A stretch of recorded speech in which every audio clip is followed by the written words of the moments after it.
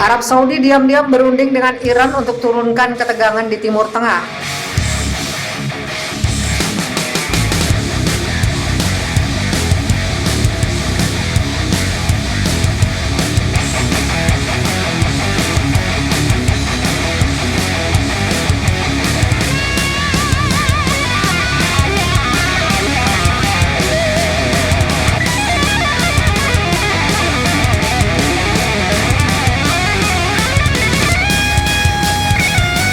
Seorang pejabat Arab Saudi dari Kementerian Luar Negeri mengungkapkan negara kerajaan ini sedang berunding dengan Iran untuk menurunkan eskalasi atau ketegangan di wilayah Timur Tengah seperti dilaporkan Reuters pada hari Jumat. Menurut sumber berita dari Saudi, Reuters melaporkan Duta Besar Red Karimli, Kepala Perencanaan Kebijakan Kementerian Luar Negeri Arab Saudi menegaskan terlalu dini untuk menyampaikan bahwa kami telah mencapai hasil spesifik tertentu, berharap perundingan ini berhasil. Sebelumnya, laporan berita menyatakan pejabat senior Saudi dan Iran menggelar pembicaraan langsung di Baghdad pada 9 April, menekankan dua pihak membahas pasukan Houthi Yaman dan masalah lainnya. Dikutip dari Middle East Monitor Senin 10 Mei, dalam wawancara beberapa waktu lalu dengan Rotana TV Saudi, Putra Mahkota Muhammad bin Salman memuji Iran dan menyebutnya tetangga. Semua yang kami harapkan adalah memiliki hubungan yang sangat baik dengannya. Sementara itu, Kementerian Luar Negeri Iran menilai perubahan sikap Saudi terhadap Iran sebagai langkah positif, menekankan bahwa pihaknya siap memulai babak baru kerjasama dengan Arab Saudi untuk mencapai perdamaian dan stabilitas di wilayah tersebut. Pengkhianatan tingkat tinggi, Arab Saudi hukum mati 3 tentara. Arab Saudi mengeksekusi mati 3 tentara pada Sabtu karena pengkhianatan dan mengancam kepentingan militer kerajaan. Tetapi pernyataan itu tidak memberikan rincian untuk siapa mereka berkhianat. Ketiganya telah dinyatakan bersalah atas kejahatan pengkhianatan tingkat tinggi yang bekerja sama dengan musuh, menurut pernyataan resmi yang disiarkan oleh Saudi Press Agency seperti dikutip Al Arabiya pada Senin 12 April 2021. Pernyataan itu juga mengatakan orang-orang itu dihukum dalam pengadilan yang adil oleh pengadilan khusus sebelum dijatuhi hukuman mati atas perintah kerajaan. Saudi Press Agency melaporkan bahwa orang-orang itu adalah tentara yang bekerja untuk Kementerian Pertahanan.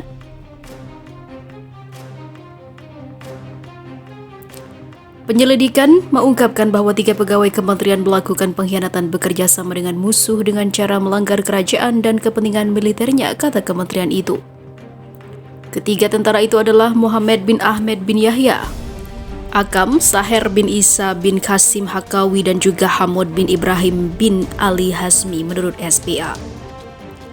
Kementerian mengatakan bahwa 3 tentara juga dianggap mengganggu keamanan dan stabilitas kerajaan Arab Saudi. Mereka yang dihukum telah dirujuk ke pengadilan khusus dengan semua jaminan yudisial yang penting untuk peradilan yang adil. Supremasi hukum dan juga administrasi peradilan yang tepat, lapor SPA. Kementerian Pertahanan mengatakan mengecam kejahatan keji itu, menambahkan bahwa tindakan para tentara ini bertentangan dengan nilai-nilai negara. Kelompok hak asasi manusia termasuk Amnesty International telah meminta Arab Saudi untuk melarang hukuman mati, mengutip laporan penyiksaan dan pengadilan yang tidak adil.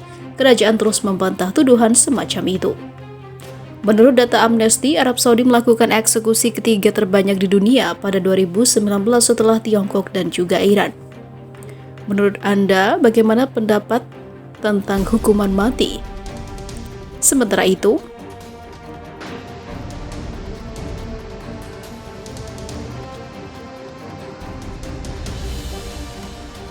negara-negara Arab kutuk kekerasan Israel di Masjid Al-Aqsa.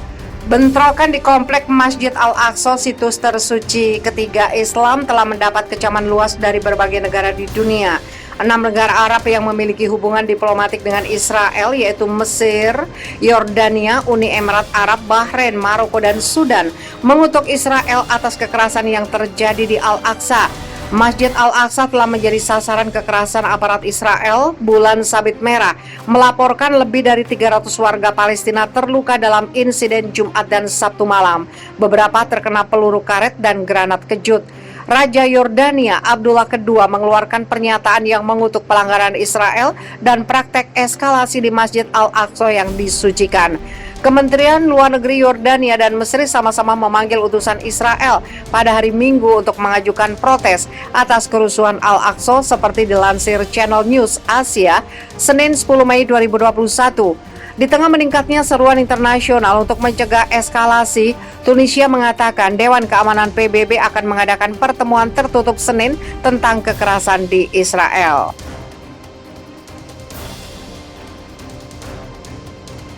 Perwakilan keempat negara Timur Tengah di Perserikatan Bangsa-Bangsa menyerukan semua pihak untuk tetap tenang.